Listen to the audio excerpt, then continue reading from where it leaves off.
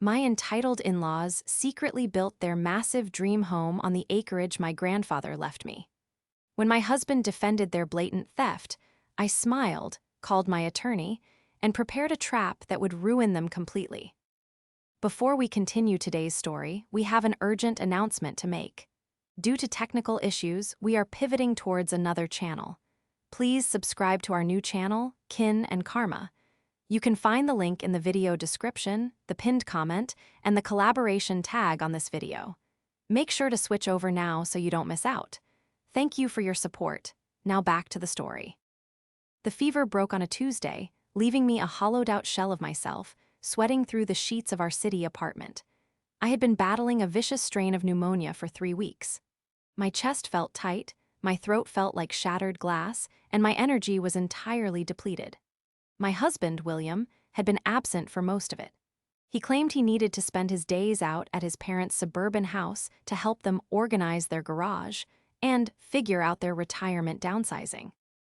I had been too weak to argue, too sick to question why he was suddenly so devoted to sorting through dusty boxes, while his wife struggled to breathe across town. I was lying in the dim light of the bedroom, staring blankly at the ceiling fan, when my phone vibrated against the nightstand. The caller ID flashed a name I hadn't seen in months, Mr. Henderson. He was an elderly gentleman who owned the property adjacent to the 50 acres of pristine, undeveloped woodland my grandfather had left me. That land was my sanctuary, even if I hadn't been well enough to visit it lately. I cleared my dry throat and answered.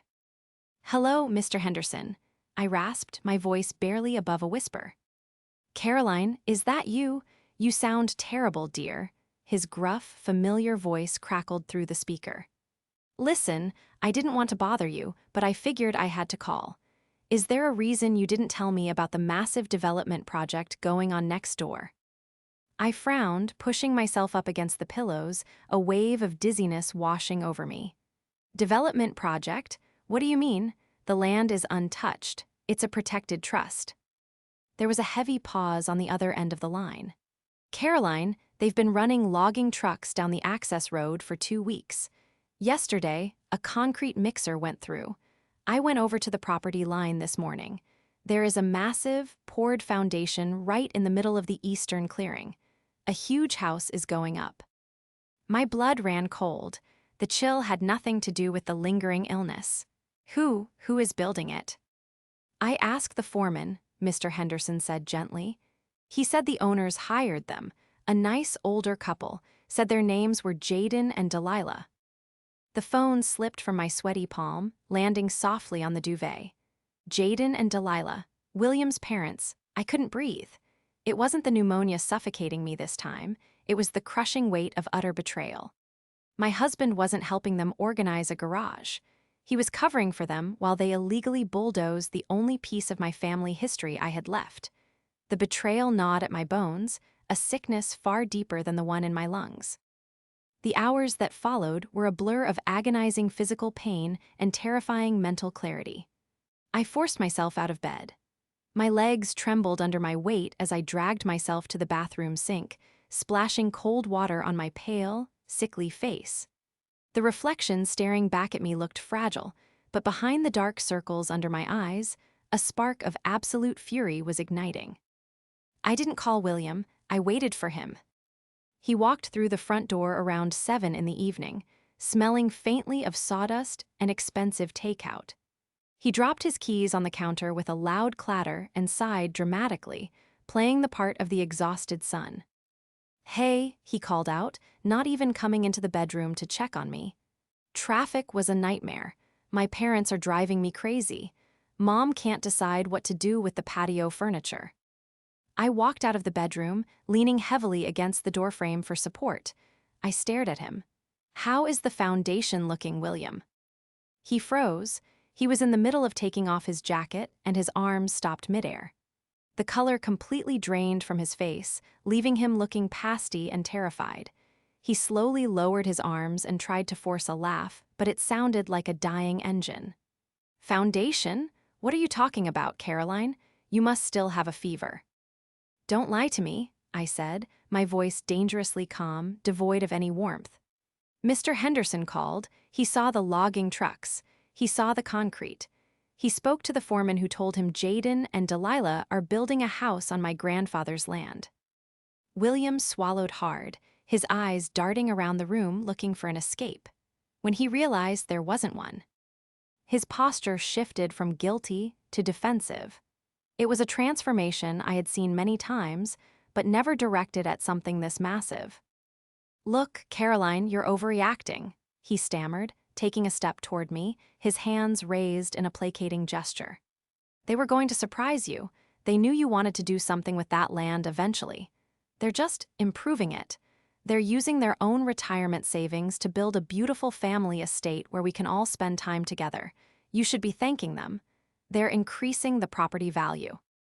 "They are trespassing," I stated coldly. "They are destroying protected woodland that belongs strictly to me." "It's family land now," William argued, his voice rising, annoyed that his gaslighting wasn't working. "We're married. My parents are your parents. You've been so sick, so out of it. We just took the initiative. You'll love it when it's done, I promise. Just calm down and let them finish."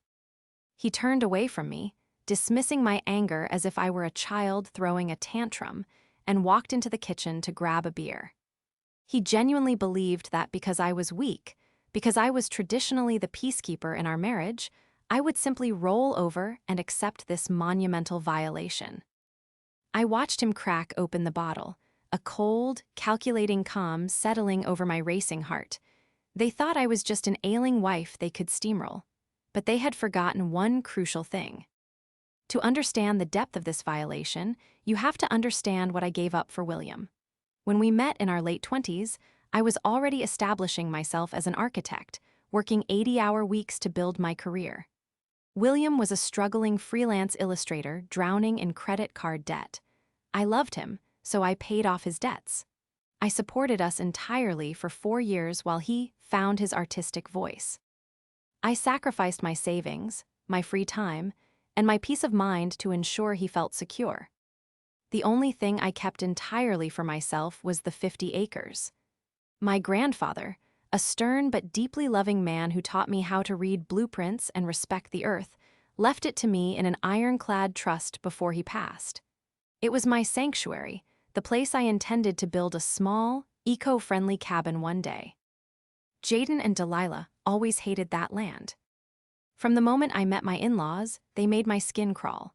Delilah was a master of the backhanded compliment.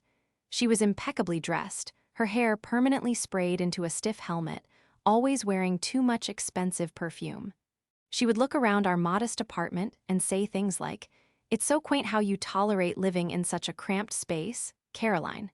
Especially when you have all that wasted dirt just sitting out in the country." Jaden was worse. He was a retired middle manager who fancied himself a real estate tycoon.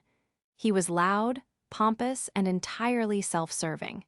At every Thanksgiving, every Christmas, he would corner me with a glass of scotch in his hand and aggressively pitch his vision.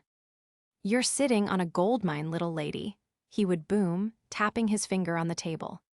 "Clear-cut those trees, subdivide the lots, and you could make a killing. It's irresponsible to just let it sit there. You don't know the first thing about maximizing assets. Sign it over to a joint LLC with William and me, and I'll handle the heavy lifting." I always refused, politely but firmly. I told them the land was sentimental, that it was not for sale, and it was certainly not for development. They would exchange knowing, condescending looks, treating me like a naive girl who didn't understand the real world. Now, knowing that they had bypassed my refusal, bypassed my ownership, and utilized my severe illness as an opportunity to violently carve their own desires into my grandfather's legacy, with my husband's active assistance, the picture was complete. They weren't just entitled, they were predators. They had looked at my boundaries and decided they simply didn't apply to them. They viewed my property as their right and my illness as their perfect cover. I walked slowly back to my bed, closing the door softly behind me. I didn't cry. I didn't scream. Instead, I opened my laptop, pulled up the contact information for the most ruthless property litigation attorney in the state, and began to draft an email. The morning light filtering through our bedroom blinds felt harsh and unforgiving. I had barely slept, my mind racing through a labyrinth of legal statutes, property lines, and the devastating reality of my marriage. The physical exhaustion of pneumonia was still present, a heavy weight sitting squarely on my chest, but it was entirely eclipsed by a cold, sharp adrenaline. I was no longer the frail, bedridden wife waiting for her husband to bring her a glass of water. I was a professional, a woman who understood the intricacies of land management better than anyone else they could have possibly crossed. My grandfather hadn't just left me the land, he had trained me to understand its value. While William believed I was merely an architect, my true specialty, the very foundation of my career before I started funding his artistic whims was land surveying and environmental compliance. I knew every square inch of those 50 acres. I knew the soil composition, the water tables, and the specific zoning laws of the county. As soon as William left for his freelance studio that morning, avoiding eye contact and muttering something about needing space to think, I dragged myself to my home office. I bypassed my drafting software and opened the heavy, fireproof safe tucked beneath my desk. Inside sat the thick, leather-bound binder containing my grandfather's irrevocable trust. I flipped to the topographical maps. The eastern clearing, where Mr. Henderson had spotted the concrete mixer, wasn't just a random spot in the woods.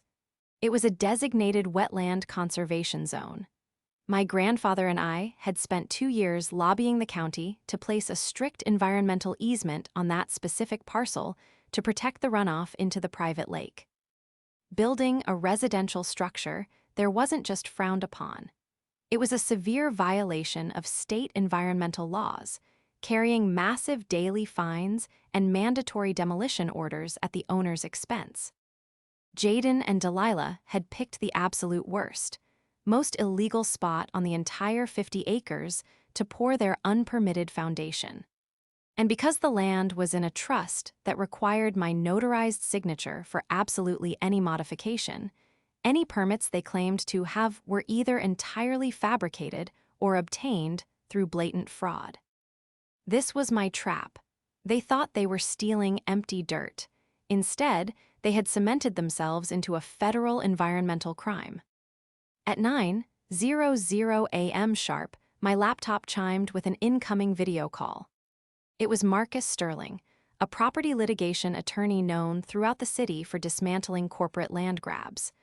I had sent him a frantic, detailed email at 3:00 a.m., attaching the trust documents and the easement filings. Marcus appeared on screen, his sharp eyes scanning his own monitor before looking at me. He was a man who did not waste time with pleasantries. "Caroline," he began, his voice crisp and steady. "I received your files. I also pulled the county permit database an hour ago. You will be interested to know that your in-laws did, in fact, file for a residential building permit." "How is that possible?" I rasped, leaning closer to the screen. "They don't own the land. The trust requires my physical signature. I've been sick in bed for a month." Marcus held up a piece of paper. "They submitted a quitclaim deed to the county clerk's office, granting them a parcel of the estate. The deed bears your signature, Caroline. It was notarized 12 days ago." The room spun. 12 days ago, I was in the emergency room getting a chest x-ray for my pneumonia, I said, my voice trembling with a mixture of horror and mounting rage. "I haven't signed a single document. They forged it." "Not only did they forge it," Marcus said, leaning forward, a predatory gleam in his eye, "but they filed it against a protected wetland easement. They are currently pouring concrete onto federally protected soil. If the EPA catches wind of this, the fines alone will bankrupt them before the house is even framed. But we aren't going to wait for the EPA. We are going to serve them a cease and desist, an eviction notice, and a lawsuit for fraudulent conveyance."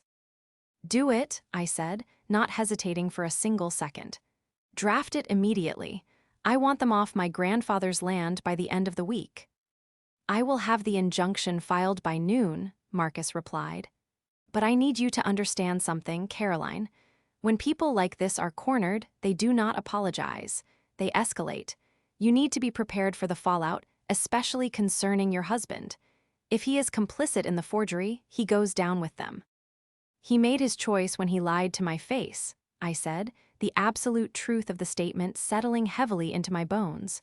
Let them escalate. I have all the time in the world. I didn't have to wait long for the fallout.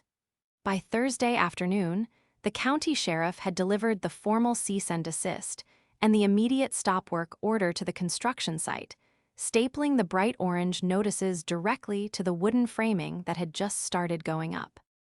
Less than 2 hours later, I heard the aggressive pounding on my apartment door.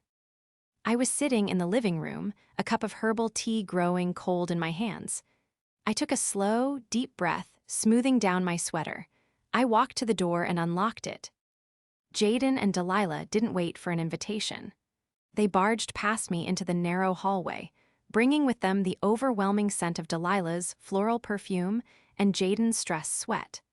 Delilah was clutching a ridiculously oversized dizig. In her handbag, her face flushed red beneath her layers of makeup. Jaden looked like a pressure cooker about to explode. "What is the meaning of this, Caroline?" Jaden bellowed, waving a crumpled copy of the legal injunction in my face. His voice echoed off the apartment walls, loud enough to make the neighbors pause.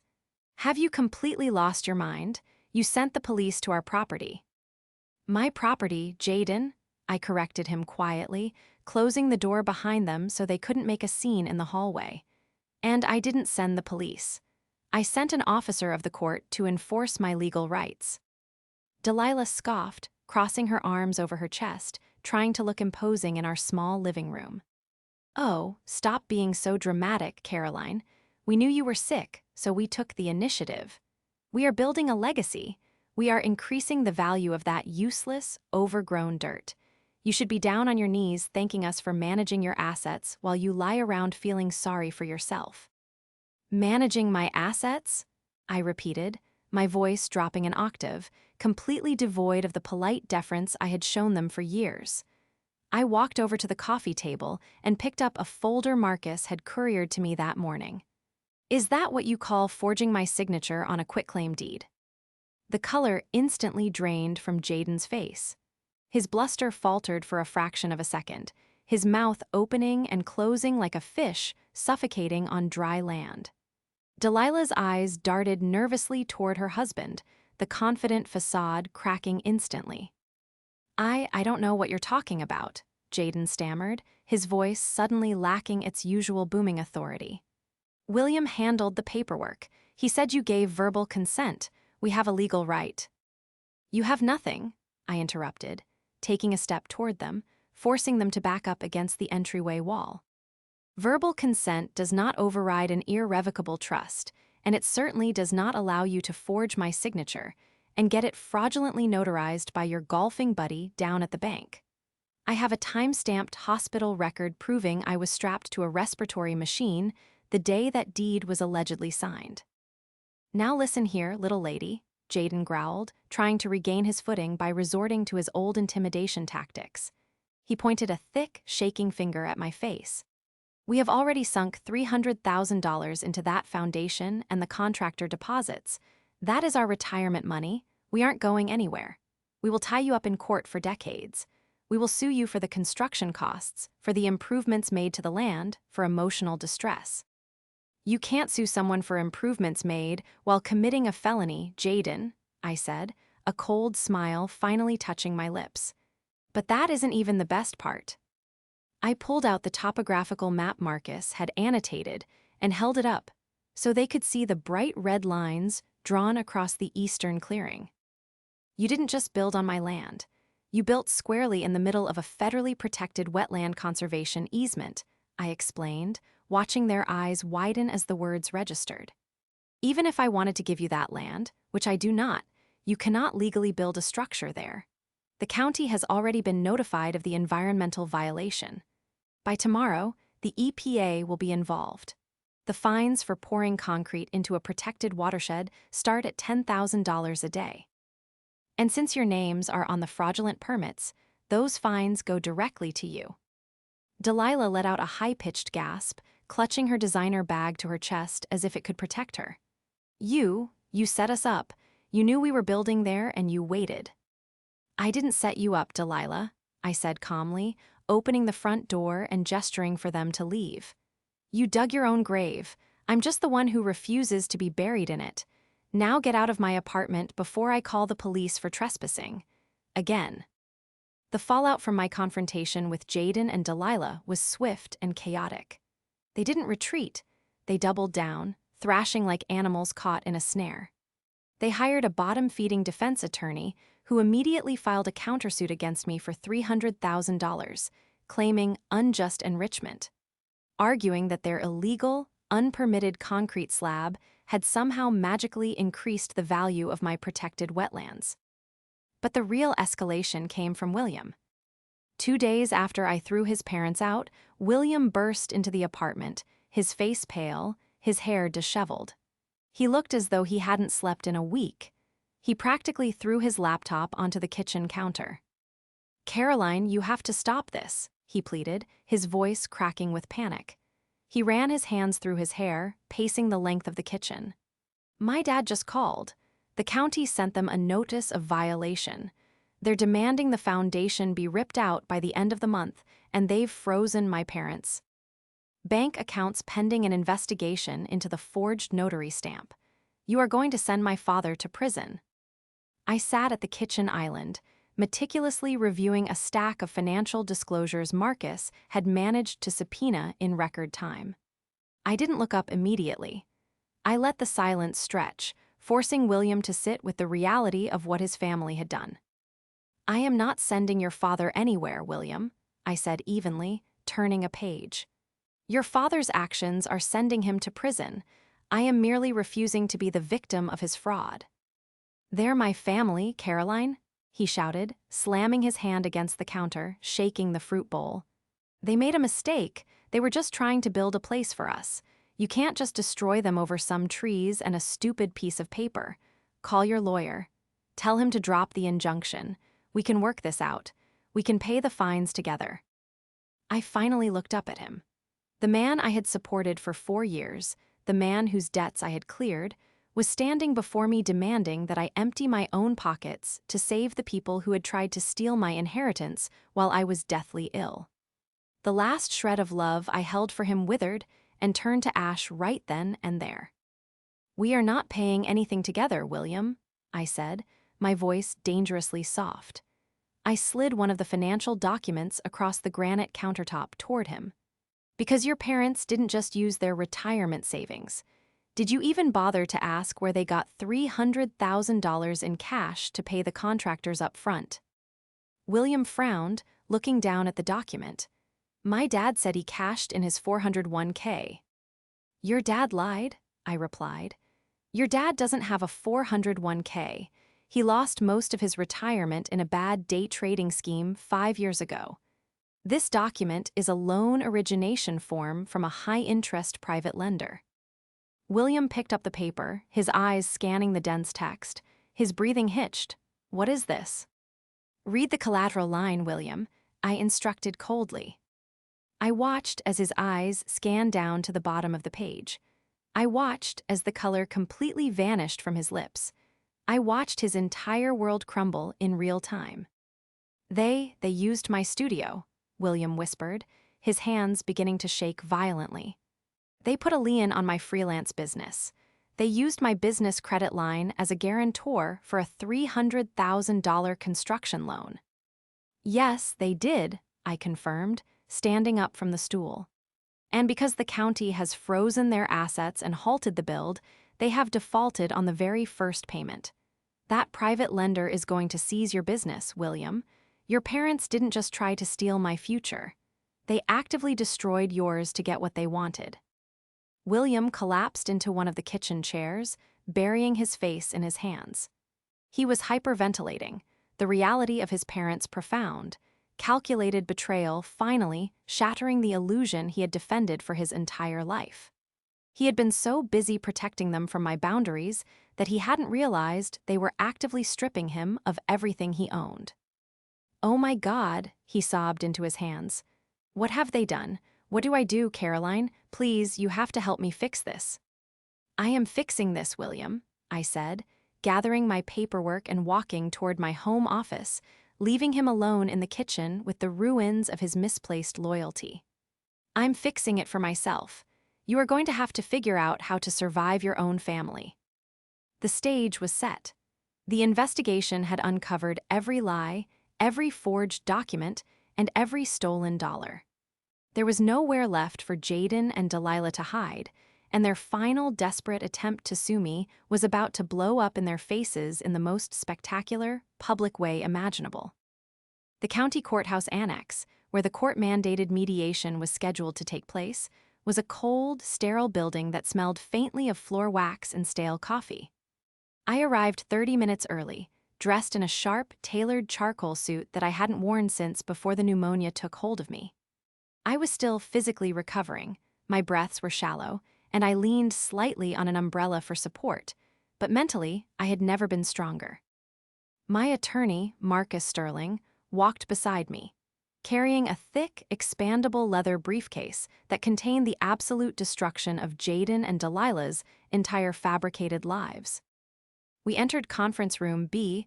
It was a large, imposing space with a long mahogany table. Sitting at the far end, huddled together like cornered rats, were my in-laws and their incredibly nervous-looking defense attorney, a young man who looked like he had just graduated from law school and had no idea what kind of explosive case he had walked into. Jaden was sweating profusely, his face a mottled red. He attempted to sneer at me as I walked in, but his eyes were darting nervously to Marcus S. Heavy briefcase. Delilah was pale beneath her heavy bronzer, clutching a tissue in one hand and her ridiculous designer bag in the other. And then there was William. He sat at the opposite end of the table from his parents, looking like a ghost. He hadn't spoken to them since the day he found out about the fraudulent loan against his business. He stared blankly at the polished wood of the table, his hands folded tightly in his lap. The mediator, a stern, older woman named Judge Eris, walked in and took her seat at the head of the table. She adjusted her glasses, opened the file, and sighed. "All right," Judge Eris began, her voice commanding immediate silence. "We are here for the matter of the Trust of Caroline's estate versus Jaden and Delilah, regarding the unauthorized construction on protected property and the countersuit for $300,000 in alleged improvements. Let us begin. Counsel for the defendants, you filed the countersuit. You have the floor." The young defense attorney stood up, clearing his throat. "Yes, Your Honor. My clients acted in good faith. They were operating under the assumption of familial consent to improve the property. They have invested their life savings, totaling $300,000, to build a multi-generational home. My client, Caroline, is now attempting to unjustly enrich herself by keeping the foundation and the building materials while unfairly evicting my clients." Judge Eris looked at Marcus. "Mr. Sterling." Marcus didn't stand. He simply popped the latches on his briefcase. The click echoed loudly in the silent room. "Your Honor," Marcus said calmly, his voice a lethal instrument. "The defense's argument relies entirely on the concept of good faith. We are here today to demonstrate that not only was there no good faith, but the defendants have committed multiple felonies to facilitate this illegal construction." Marcus slid the first document across the table to the mediator and a copy to the defense attorney. "Exhibit A, the quitclaim deed filed with the county. It bears my client's signature, allegedly transferring the property to the defendants." "Yes," Jaden interrupted, unable to help himself, puffing out his chest. "She signed it. We have a notary stamp." "Exhibit B," Marcus continued, ignoring Jaden entirely and sliding a thick stack of medical records across the table. "Time-stamped, certified hospital records. On the exact date and time that notary stamp was applied, my client was strapped to a cardiac monitor and a respiratory machine in the intensive care unit on the other side of the state. She was physically incapable of signing anything. We have already submitted these documents to the district attorney's office. The notary, a personal friend of Jaden S., has already confessed to falsifying the stamp under pressure." The young defense attorney looked at the medical records, then slowly turned to stare at his clients in absolute horror. You told me she signed it in your kitchen." Delilah burst into loud, theatrical tears. "She told us we could have it. She just forgot because she was sick. We are the victims here." "You are not victims, Delilah," I spoke up, my voice cutting through her fake sobbing like a knife. I looked directly at the mediator. "But the crimes don't stop at forgery. Exhibit C, Your Honor." Marcus handed over the topographical maps and the EPA notices. The defendants did not build a home.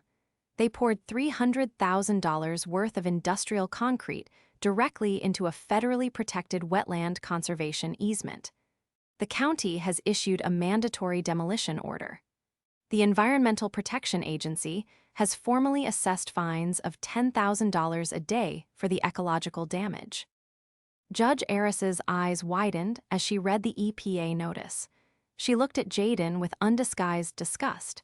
"You poisoned a protected watershed." "It was just some useless swamp water," Jaden bellowed, standing up from his chair, his fists clenched, his face purple with rage. "This is a setup. She's a manipulative, ungrateful little." "Sit down, Jaden," Judge Eris snapped, her voice cracking like a whip. Jaden slowly sank back into his chair, breathing heavily. "And finally, Your Honor," Marcus said, saving the most devastating blow for last. "Regarding the $300,000 they claim to have invested from their life savings. Exhibit D." Marcus slid the private lending contract across the table. "The defendants did not use their savings," Marcus stated, the silence in the room now deafening. "They took out a high-interest predatory loan, and to secure that loan, they fraudulently used the business credentials and the tax identification number of their son, William. They have defaulted on the loan, meaning the private lender is currently seizing William's entire freelance business, his studio equipment, and his business accounts to cover his parents' debt." The young defense attorney closed his file folder. He physically pushed his chair away from Jaden and Delilah. He looked at Judge Eris. "Your Honor, as an officer of the court, I must request an immediate recess to confer with my firm regarding my continued representation of these clients." He was abandoning ship. But the climax of the room didn't belong to the lawyers. It belonged to William. William stood up. His hands were no longer shaking. The ghostly pallor had left his face, replaced by a cold, hardened resolve that I had never seen in him before. He looked at his parents, not with love, not with conflicted loyalty, but with absolute, total clarity. "William, honey," Delilah whimpered, reaching her hand out toward him. Tell them we were just trying to help you. We did this for you." "Do not speak to me," William said, his voice echoing loudly in the cavernous room. "You didn't do this for me. You did this because you are selfish, greedy, and empty. You looked at my wife, a woman who supported me when I had nothing, a woman who was fighting for her life in a hospital bed, and you saw an opportunity to steal from her." "Son, you have to understand business," Jaden started to say, trying to use his booming, authoritative voice. "I said do not speak," William roared, slamming his hands down on the mahogany table so hard it rattled the water glasses. Jaden flinched, shrinking back into his chair. William reached into his own jacket pocket and pulled out a flash drive, tossing it onto the table in front of the mediator. "Your Honor, that drive contains every email, every text message, and every voicemail my parents sent me over the last 3 months, demanding I cover for them, demanding I lie to my wife, and outlining their intent to hide the construction from her. It also contains the financial records proving I had no knowledge of the loan they took out in my name." He turned back to his parents. "You thought you could use my love for you as a weapon against my wife. You thought I would just blindly protect you forever. But you broke it. You broke all of it. I am pressing full criminal charges for the identity theft and the fraudulent loan. I am cooperating fully with the district attorney regarding your forged deeds. As of this moment, I have no parents." William turned to me. His eyes were filled with tears, but his posture was straight. He didn't ask for forgiveness in that moment. He knew he hadn't earned it yet, but he offered me a nod of profound respect. He turned on his heel and walked out of the conference room, the heavy oak doors slamming shut behind him, sealing his parents' fate. Jaden sat frozen, his mouth open, his entire pompous world shattered. Delilah wailed, burying her face in her hands, her designer bag slipping from her grasp and hitting the floor. The illusion was gone. They were entirely, spectacularly destroyed, entirely by their own hands. The downfall of Jaden and Delilah was not just swift, it was absolute. With their own attorney dropping them and the mountain of irrefutable evidence Marcus had submitted, they didn't stand a chance in court.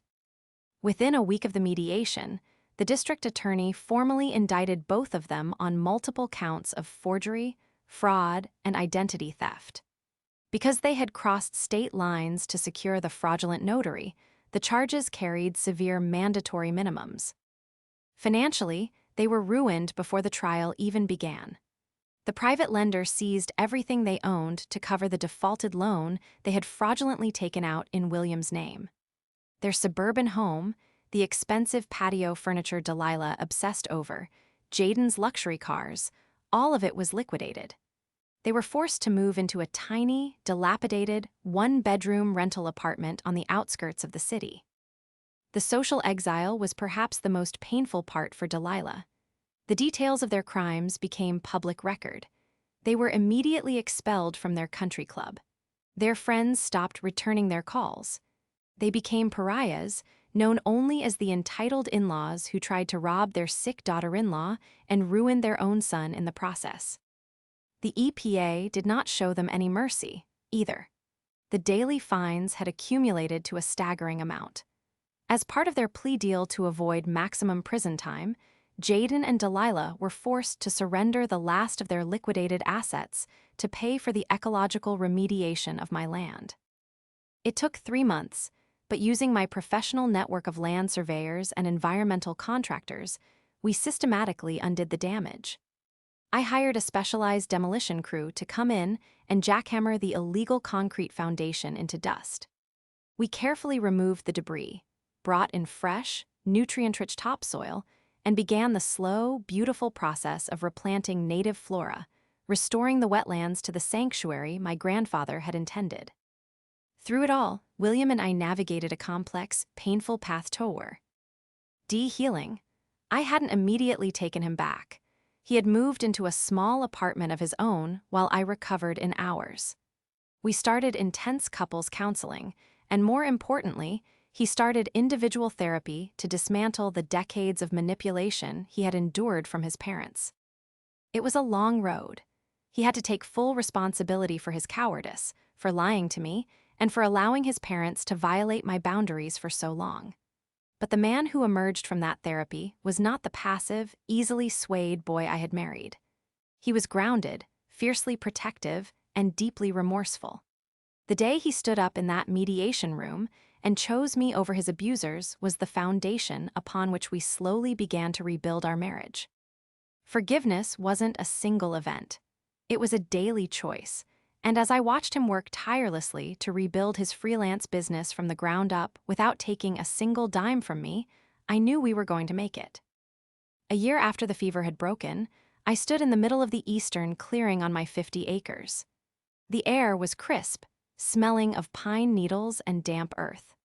The ugly, gray scar of the concrete foundation was completely gone, replaced by vibrant green saplings and the gentle sound of the restored creek flowing into the private lake. William walked up behind me, wrapping his arms around my waist, resting his chin softly on my shoulder. We stood in comfortable silence, watching a pair of hawks circle high above the tree line. I took a deep, clear breath, my lungs fully healed, my heart finally at peace. The land was safe. My boundaries were impenetrable. Justice had been fully served, and as I leaned back into my husband's embrace, I knew that the roots we were planting now would withstand any storm.